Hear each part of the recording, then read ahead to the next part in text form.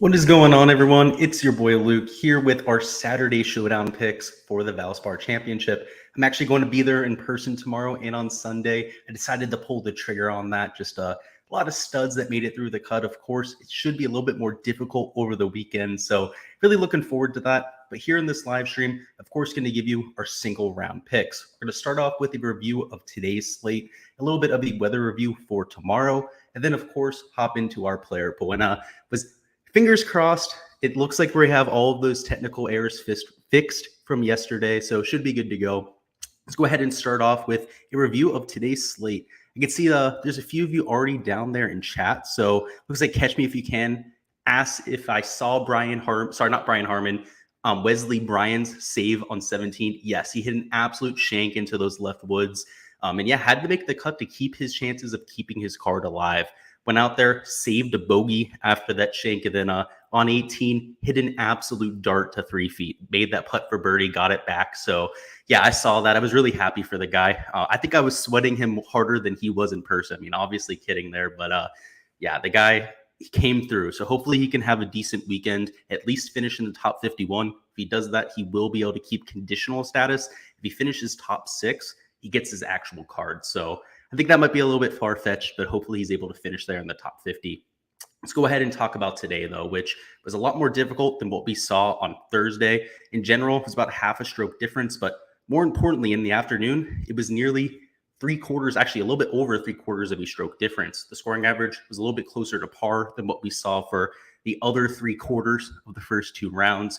In general, that wind kicked up like we expected it to. They had those 15 to 20 mile an hour gusts, and they were changing directions, which of course was a key factor that we pointed out yesterday, and a reason why it really made these players struggle. It didn't make them struggle all too much, though, particularly somebody like Matthew NeSmith, who still shot 10 under in the afternoon wave. So much like on Thursday, even the harder draw still had some ceiling performances. So you're going to see for tomorrow, that there is another wave advantage, but at the same time, we're not going to be completely excluding players from the one side because, of course, Matthew NeSmith, it may be a little bit of an outlier or a lot of an outlier, the fact that he shot the score that he did today. It's a perfect example of that type of effect. Let's go ahead and look at the weather and show you what I'm talking about, because the weather for tomorrow is a little bit dicey, particularly in the morning, which the sustained winds are pretty consistent throughout the day. You can see they do reach a peak right around 10 or 11 a.m. Usually that's in the afternoon, usually right around 2 to 3 p.m. is where we see that type of peak, but that happens in the morning, and that's because there could be a little bit of rain that comes in. You can see there's a slight chance of rain throughout the morning, so some type of cell is going through the area, and in general, I do expect that to mean that the afternoon is a slight advantage. Even though you'll have slightly firmer and faster greens in the afternoon, those winds are going to cause some havoc, particularly if they get into that 15 to 20 mile an hour range, like what we saw for this afternoon, where we saw, again, over a 3/4 stroke difference between the morning and the afternoon wave. So in general, I'm going to be trying to target guys that are playing good golf, right? They should be targeting all players teeing off of hole number 1. I would expect them to be in twosomes as well. Again, there's only 72 players that made the cut. They have all day now, so no need to go ahead and send them in 3s off of both tees. So the leaders, the guys that are in form already, of course, are going to be attractive options, but particularly so with this type of wave split.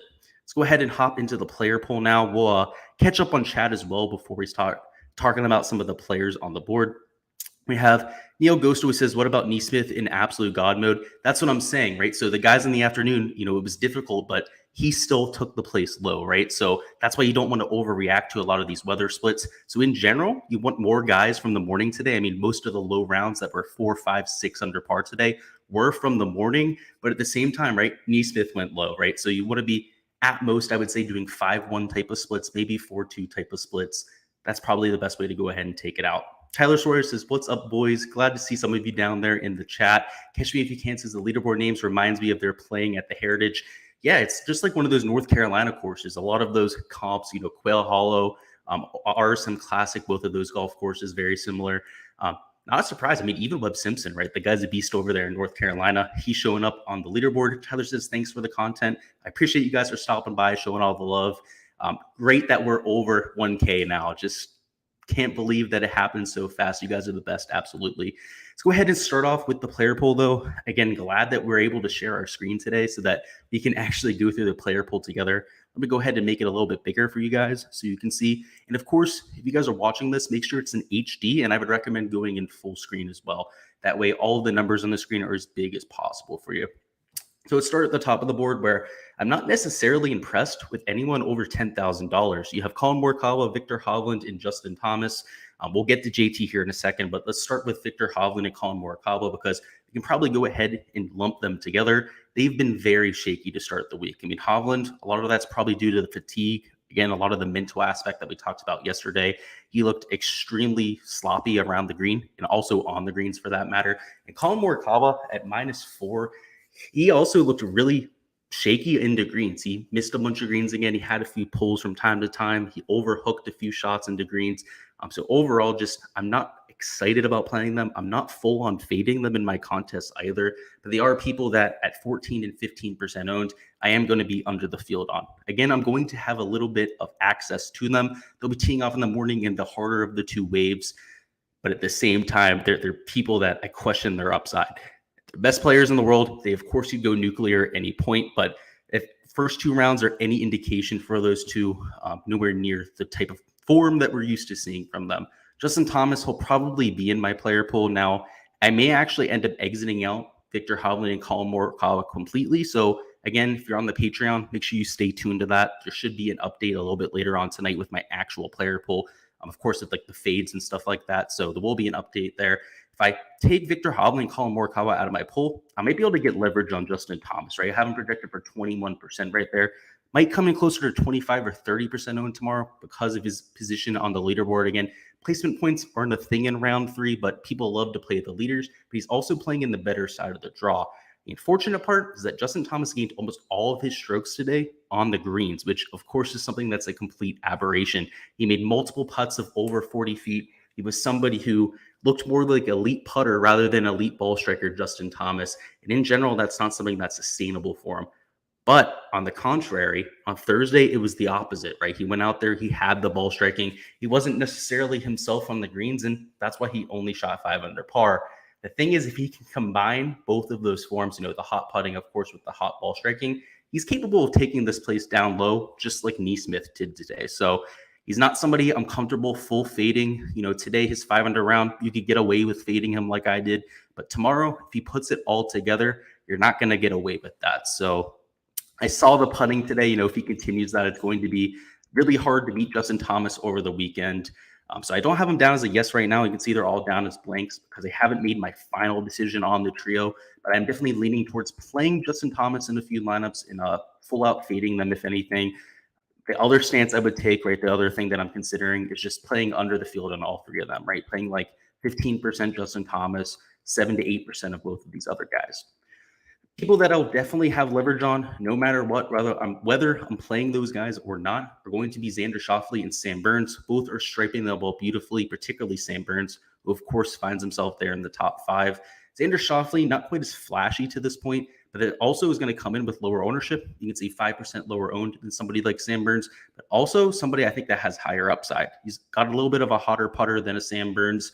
He's also somebody who, with his sneaky position on the leaderboard, I think a lot of people are just going to try and spend up for Colin Morikawa or Victor Hovland. He's right now in the top 10 of this golf tournament, right? So he's going to sneaky spot the pounce. In my 4-round stuff, I think that he has a lot of potential over the weekend to perhaps even win this golf tournament. From the outright perspective, I saw numbers as high as 20 to 1 on him at this point in the golf tournament. That intrigues me a little bit, right? Of course, with Neesmith way out there in front, I don't think he's going to hold on to that lead. It's really whether him, Justin Thomas, Sam Burns, or one of those guys like Louis Oosthuizen, who's like 6 or 7 under, ends up chasing him down. So we'll have to see. It should make for an interesting weekend at the very least. But I love Xander Schauffele's potential here for round 3. We have Sam Burns at -11. We already talked about him a little bit. The main reason I like him is his familiarity with this golf course, right? He's already playing well this week. Of course, won last year. The guy's got 9.9 out of 10 confidence. And for most of the guys up top, they've got a little bit shaky on their confidence. I mean, even Justin Thomas, he didn't hit the ball very well today, right? All of them have question marks. The only one who really doesn't have any question marks is Sam Burns. He's firing on all cylinders right now. So somebody that I am targeting for Showdown tomorrow. Let's see if there's anyone commenting down in chat. Neil looks very excited. He says, great advice, Luke. Let's fucking go. Absolutely. Per Reactor said, you know what percent this 6 and 6 got through? The last time I checked, and again, that was probably like 30 minutes ago, so I'm sure it's slightly different now. It was close to 10%. And some of the larger field GPPs. In the double ups, it was closer to like 15%. So people that were playing cash lineups got a few more people through the cut than other people. So I actually don't even know how many 6 of 6 lineups I have. I know for a fact I had at least 15. So I had at the very least the same amount as the field, but I wasn't checking my lineups down low. You know, some of the lineups might have guys like all at -3, -4. So we'll have to check after we get off stream here. I'm assuming I have close to like 20, 25 6 of 6s this week, if not a little bit more. So should have a pretty good chance over the weekend today. AKA Hollywood said, you said you were all over Thomas today. I think he's okay, right? I mean, he shot -5. You didn't have to have him in Showdown today. Most of the GBPs that I was in were taken down with guys in the 9K range. Just a bunch of balanced players that shot 500 today. But yeah, I mean, he had a solid round. So I'm sure he helped you in a bunch of your lineups for sure. I didn't have access myself, though, that's for sure. We have Dustin Johnson and Louis Oosthuizen. DJ also looked very shaky today, particularly with his iron play. He was leaving a lot of things short. He was overcutting some of those balls. Off the tee, he looked a lot better than he did on Thursday. Of course, the trade-off is that he traded off that accuracy off the tee with some of the accuracy into green. So he does have a chance to rebound. He's not somebody that I'm comfortable completely fading for tomorrow. Louis Oosthuizen, on the other hand, this guy routinely falls apart on Saturdays, right? He went out there, kind of had a up and down round today. He started off really hot, had multiple birdies in those first 3 holes, and then completely cooled off. The guy couldn't make a putt the rest of the day. Was keeping himself in play, which of course is great to see. His shots gained tee to green is top 20 in the field, which, you know, great for him, good for him. But the putter cooled down. Without that hot putter at $9,300, I don't know if he can get to that ceiling performance. I do like Shane Lowry's prospects, though. Of course, he's been super hot over the Florida stretch. Hasn't had that ceiling round yet. Perhaps that's coming here in round 3. You'd say there's a few people I don't have the score in here for. That's because they weren't finished by the time we went live here. Or they finished like a couple minutes before we went live, and I wasn't able to update that. But pretty sure Matt Fitzpatrick's like -7, -8 at this point. He had a pretty solid day today. Pretty solid day on Thursday as well. Top 10 across all the different stat categories. I'll be going to him. He's got that hot putter that he can ride. The approach play has been pretty solid to this point of the week. If there's one thing that he does well off the tee, it's hit the ball straight, right? He hits a ton of fairways for how far he hits it. It's why he gains so many strokes off the tee in terms of his shots gained off the tee. Definitely somebody at his price tag I think is fair. I do think he's going to be a little bit chalky, right? I'm at 14% ownership. It's more than guys like Brooks, Terrell Hatton, same thing with Shane Lowry, but also somebody I think that's well warranted. I think that makes a lot of sense. Webb Simpson looks like he's back. I know I got the question the other day, is Webb Simpson back? I can't argue with it, right? The ball striking numbers look like old Webb Simpson. That's really the tell with the back injury. It was a back or a hip injury.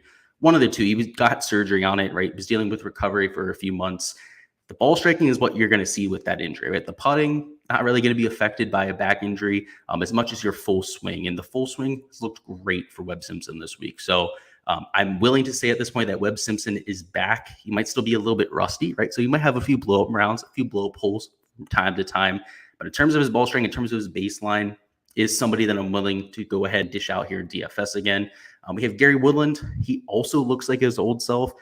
Was on PGA Tour Live. They were showing a lot of his shots today. He was getting drives out there 320, 330 yards again. And he looked like he was going full bore. I mean, extremely aggressive. I mean, Gary Woodland back in the day, you know, you could tell he wasn't leaving anything in the tank with that driver. And after his injury, when he was dealing with that recovery, you could tell he was taking it easy. But today, he was back to absolutely lashing at it. And for Gary Woodland, that's when he's his best, when he's out there gaining a ton of strokes on the field. So Gary Woodland at $8,100. He's also somebody that I'm willing to say is back.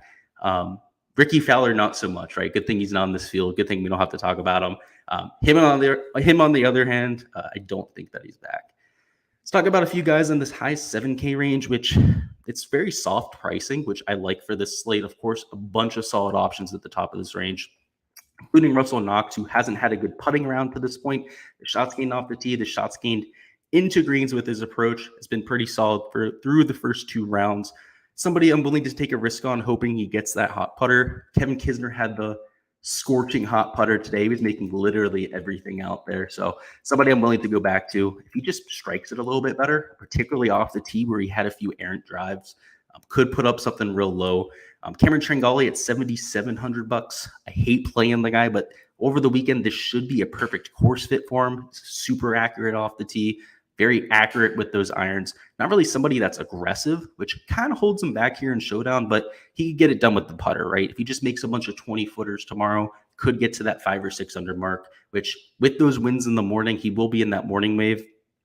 5 or 6 under par is probably the best we're going to get. So he's not the highest ceiling player on the slate, but also somebody that from a course fit perspective, I like dishing out there for sure. Tyler Sawyer says, I'm waiting for the betting lines to come out. I don't do DFS just yet.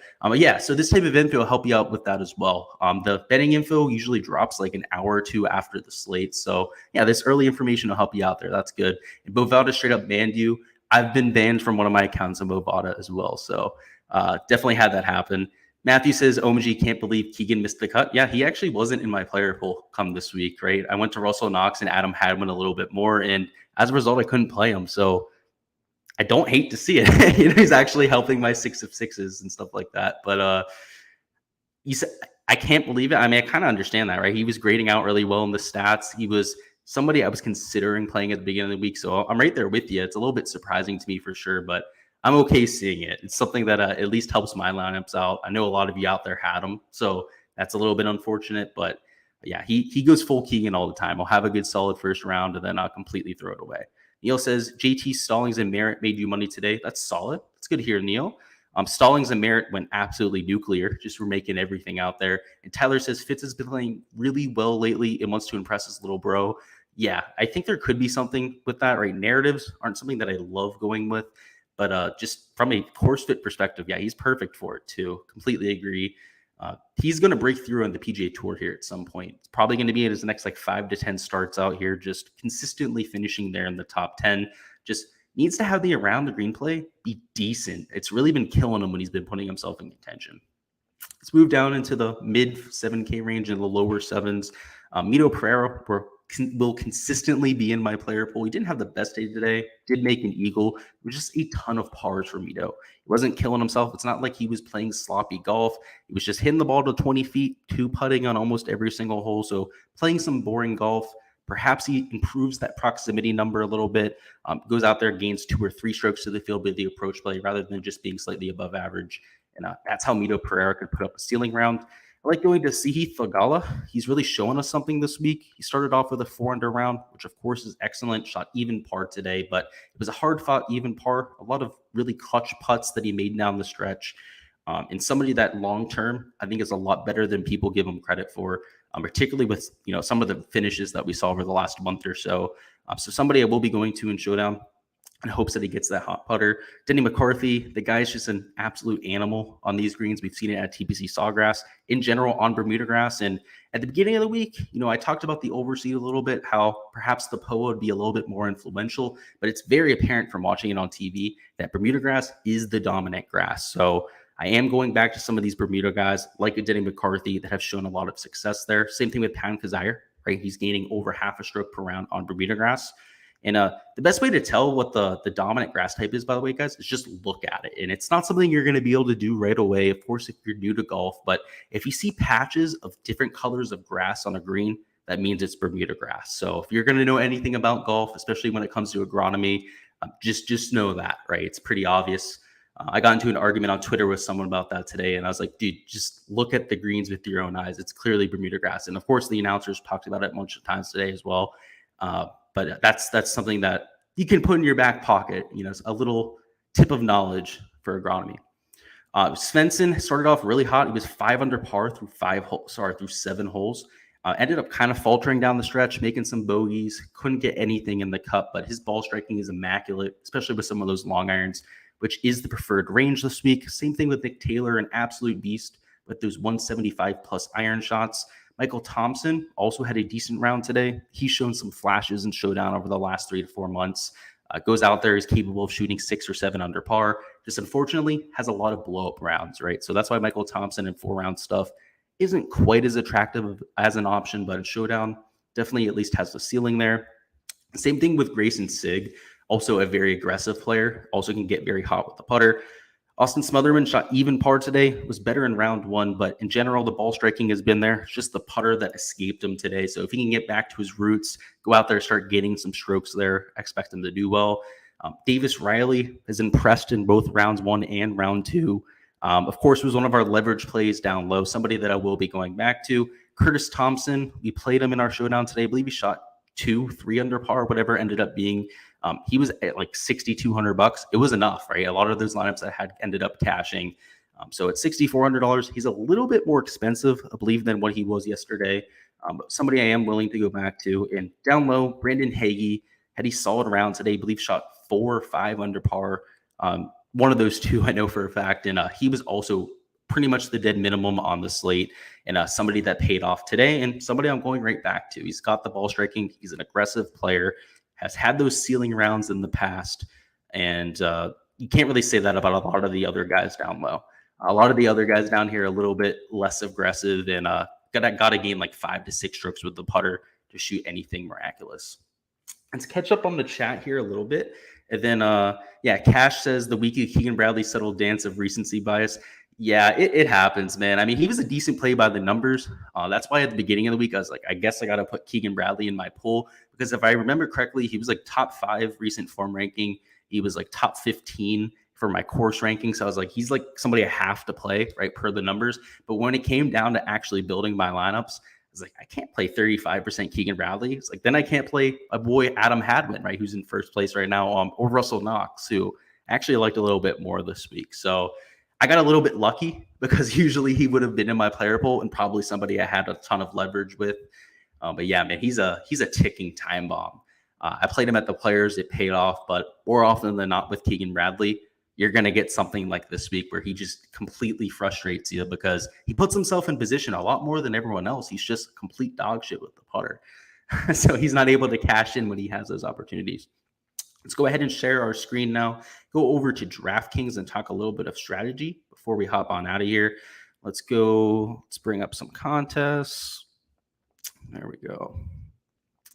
All righty. So we have the player pool up for this round. Let's go ahead and start off with a GPP build. And this is going to be for a larger field GPP. So we're going to be taking ownership into perspective. And I think a good way to make your lineup unique is just to not take Justin Thomas, right? He's going to be like 30, maybe 35% owned at the max. At least 25%. I can tell you that at the very least. So we're going to start off with some of these guys in the 9K range, especially the guys that I'm using as anchors for tomorrow. Xander Schauffele, like I said before, same thing with Sam Burns, some of my favorite plays on the slate. That puts us at $7,700 remaining per player, which means we can take one of these guys in the 8K range I like. The first ones that come to mind, Matt Fitzpatrick can get super hot with the putter. He's definitely option number one. Option number two would probably be Webb Simpson. Also, again, he showed that form with the ball striking. I think that Webb Simpson might be a little bit more popular than Matt Fitzpatrick. So because we're taking two guys in the 9K range, maybe we can squeeze in Matt Fitzpatrick at $8,800. So let's go ahead and see what a build like this will look like. Now we got to live in the 7K range. I am going to try and take somebody in the mid 6Ks.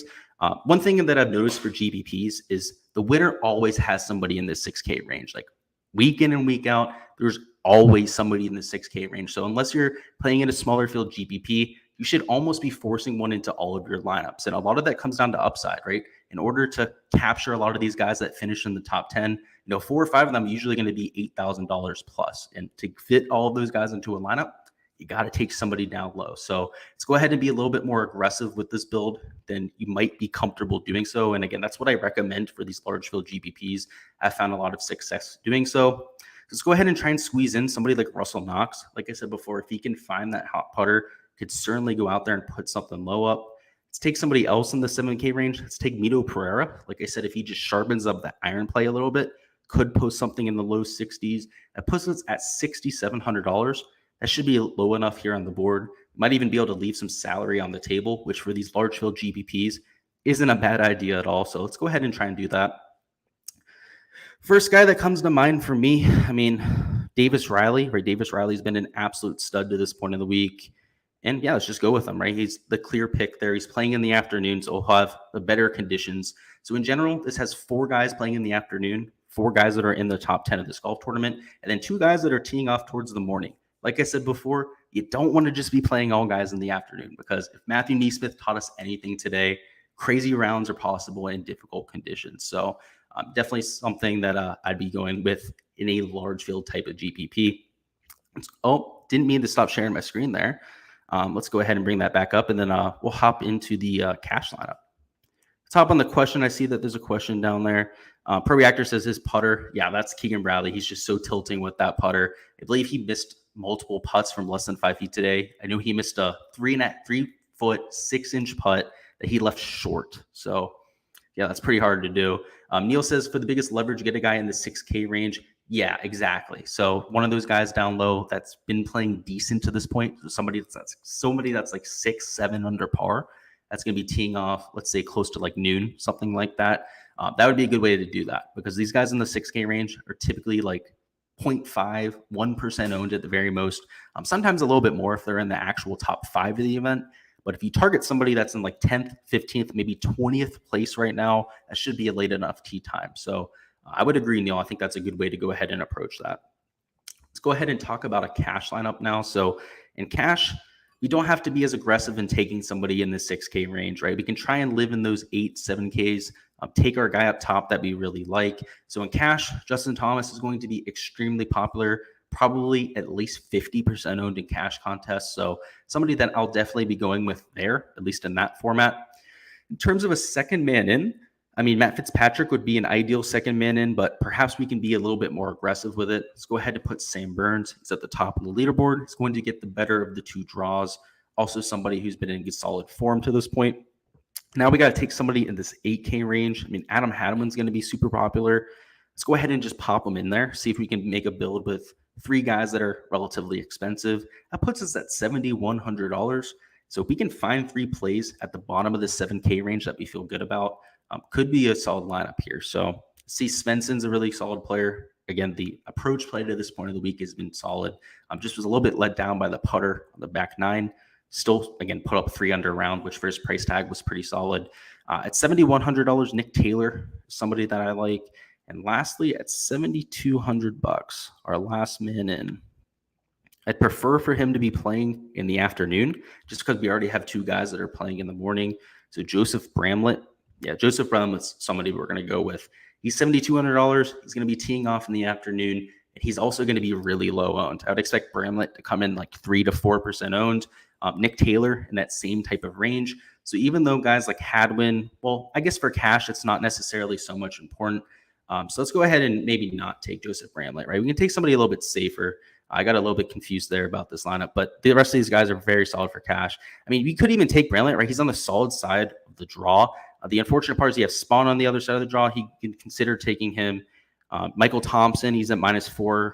CT Pan is -5. I mean, yeah, he's probably the guy that makes sense there, but you don't have to take Joseph Bramlett if you want to be a little bit less aggressive than somebody like Adam Hadwin. So let's go ahead and put Russell Knox in there, because he's also somebody that would make a lot of sense for cash tomorrow. At -3, what is he? He's 49th place like these other guys. They're going to be teeing off around like 10:30, 11 a.m. So they're going to be teeing off in some bad conditions initially, but it'll be out of there within an hour or 2. So I don't hold it against them too much. So right here, it's more of a 3-3 split. I wouldn't hold it against you if you took these guys out that are playing in the morning and just only wanted guys in the afternoon. The only type of contest I would do that in would be for cash, right? For these large field GPPs, again, just look at Neesmith from today, went absolutely nuclear on the wrong side of the draw. So if you were going to do that, if you were just going to try and take all guys from the morning, a few options for that. Let's see. So we have $7,500 remaining per player, which is pretty solid. So we could take Johnny Vegas, will be teeing off in the afternoon. We could take Joel Damon, really like Joel Damon's game for cash contests. And same thing with Kevin Streelman, right? So this lineup right here, all these guys are going to be teeing off after the heat of the wind comes in, after the 20 to 15 mile an hour gusts have come through. And all are very solid approach players. I mean, every single player on this list, Joseph Bramlett would be the worst approach player out of the bunch. The rest of them are absolute studs. And again, guys that are in the right field there. Let's see if there's any questions down below. Neil says, boom. Yeah, so you agree with that with the 6K slot. That's all I've got, guys. So we'll be doing the same thing tomorrow. I will be over there in Palm Harbor, Florida. So when the round ends, it'll be right around like 6:37 p.m. I'll have to drive back to the hotel, freshen up, that type of thing. So expect a live stream closer to 8 or maybe 8:30 p.m. So a little bit later than today. Prize pick stuff a little bit later as well. We're going to be doing that today here in the next hour. So again, I appreciate you guys stopping by. Good luck with all of your Showdown lineups here for Saturday. And hopefully the weather stays nice for tomorrow. I know there's a little bit of a chance of rain in the morning. Hopefully that can hold out for us because I don't want to have to bust out the rain gear. That'd be a little bit annoying after last week's players. But peace out, guys. Happy Friday night. And let's get this cash.